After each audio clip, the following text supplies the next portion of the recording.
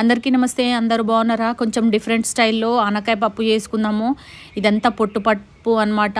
బొబ్బెర్లు, పెసర్లు అన్నీ ఇసిరిందనమాట. అమ్మ ఏంచి ఇసిరి తీసుకొస్తుంది. నాకు ఆ పప్పు అంటే చాలా ఇష్టము. ఇక్కడ ఆనకాయ కూడా ముక్కలు కట్ చేయడానికి మంచిగా దాన్ని తొక్క తీసేస్తుంది. అమ్మ చేసిన ఆనకాయ పప్పు అంటే మస్తు ఇష్టం నాకు. ఎందుకంటే బాగా టేస్ట్ మంచి కుదురుతుంది.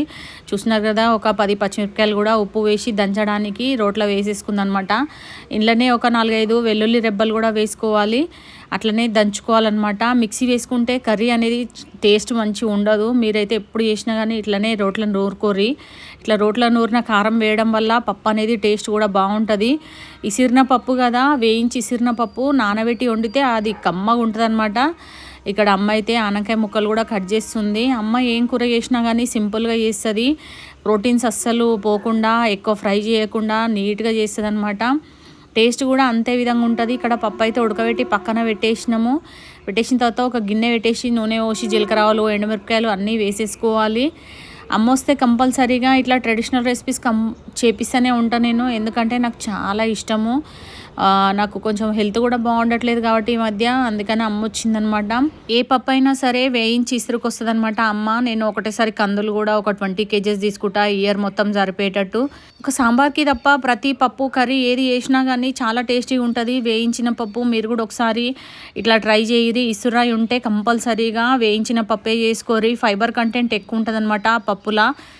పొట్టు అనేది ఎక్కువ పోకుండా ఉంటుంది అనమాట. ఇక్కడైతే పప్పుకి పోపు పెట్టేసి ఆనకాయ ముక్కలు కూడా వేసేస్తుంది. ఆనకాయ ముక్కలు ఎక్కువ ఫ్రై చేసుకోకూడదు. ఇట్లా 2 నిమిషాలే ఫ్రై చేయాలి. మరీ ఎక్కువ ఫ్రై చేయాల్సిన అవసరం లేదు. టమాటా ముక్కలు ఒక 4 కట్ చేసిందన్నమాట. అవి కూడా వేసేసుకొని మంచిగా కలిపేసుకుంది. ఒక 2 నిమిషాలు ఫ్రై చేయాలి. మరీ ఎక్కువ ఫ్రై చేయడం వల్ల అందులో ఉండే ప్రోటీన్ అనేది పోతుంది. ఎక్కువ ఫ్రై చేయకూడదు ఏవి కానీ.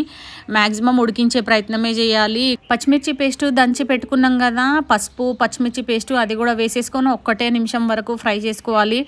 మరీ ఎక్కువ ఫ్రై చేయాల్సిన అవసరం లేదని చెప్పినా కదా, ఇట్లా చూపించిన విధంగా ఫ్రై చేసుకోవాలి.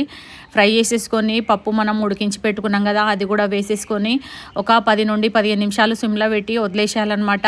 పప్పు రెడీ అయిపోతుంది. ఆనకాయ పప్పు, పొట్టుపప్పుతోటి చేసిన ఆనకాయ పప్పు చాలా టేస్టీగా ఉంటుంది. మీరు కూడా ఒకసారి ఇట్లా ట్రై చేయరి. ఇక్కడ సరిపడని వాటర్ కూడా వేసుకొని కొంచెం ఉడకనియాలన్నమాట. పచ్చివాసన పోయేంత వరకు కొంచెము వేగిన తర్వాత చూస్తున్నారు కదా, అమ్మ దానికి సరిపడేటట్టు వాటర్ వేసేస్తుంది. అమ్మ ఏ కర్రీస్ చేసినా కానీ ఇట్లనే సింపుల్గా చేస్తుంది. చాలా టేస్టీగా ఉంటాయి. ఈ కర్రీ అనేది మీరు కంపల్సరీగా ప్రిపేర్ చేయరి. ఇక్కడ ఆనకాయ ముక్కలు ఉడికిన తర్వాత పప్పు గుమ్మరిచ్చేస్తుంది. పప్పు గుమ్మరిచ్చేసి ఒక 10 నుండి 12 నిమిషాలు సిమ్లో పెట్టేసేయాలి. ఎందుకంటే ఆ ఫ్లేవర్స్ అన్నీ పప్పుకు పట్టాలన్నమాట.